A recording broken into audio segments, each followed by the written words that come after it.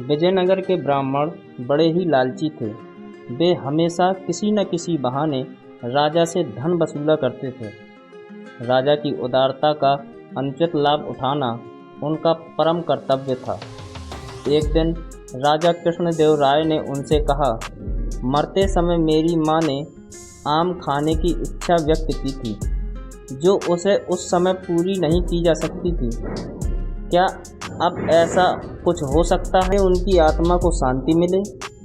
महाराज, यदि आप 108 ब्राह्मणों को सोने का एक एक आम भेंट कर दें तो आपकी माँ की आत्मा को अवश्य शांति मिल जाएगी।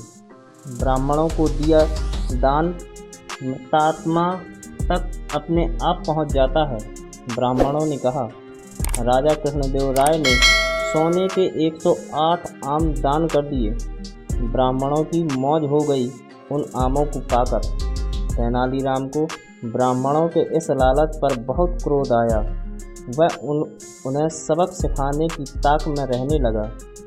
जब तेनालीराम की माँ की मृत्यु हुई तो 1 महीने बाद उसने ब्राह्मणों को अपने घर आने का न्योता दिया कि वह भी माँ की आत्मा की शांति के लिए कुछ करना चाहता है। खाने पीने और बढ़िया माल पाने के लोभ में 108 ब्राह्मण तेनालीराम के घर जमा हुए। जब सब आसनों पर बैठ गए तो तेनालीराम ने दरवाजे बंद कर दिए और अपने नौकरों से कहा, जाओ लोहे की गरम गरम सलाखें लेकर आओ और इन ब्राह्मणों के शरीर पर दागो। ब्राह्मणों ने सुना तो उनमें चीख पुकार मच गई।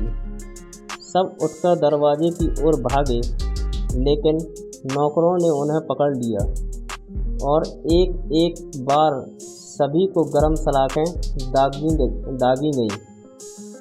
बात राजा तक पहुंची। वह स्वयं आए और ब्राह्मणों को बचाया। क्रोध में उन्होंने पूछा, यह क्या हरकत है तेनालीराम? तेनालीराम ने उत्तर दिया, महाराज, मेरी माँ के जोड़ों के दर्द की बीमारी थी। मरते समय उनको बहुत तेज दर्द था। उन्होंने अंतिम समय यह इच्छा प्रकट की थी कि दर्द के स्थान पर लोहे की गरम सलाखें दागी जाएं, ताकि वह दर्द से मुक्ति पाकर चैन से प्राण त्याग सके। उस समय उनकी यह इच्छा पूरी नहीं की जा सकी, इसलिए ब्राह्मणों को सलाखें दागनी पड़ी। राजा हंस पड़े। ब्राह्मणों के सिर शर्म से झुक गए। दोस्तों, आपको ये मेरी कहानी कैसी लगी? अगर आपको अच्छी लगी हो तो लाइक और शेयर और कमेंट में अपने सुझाव ज़रूर दें।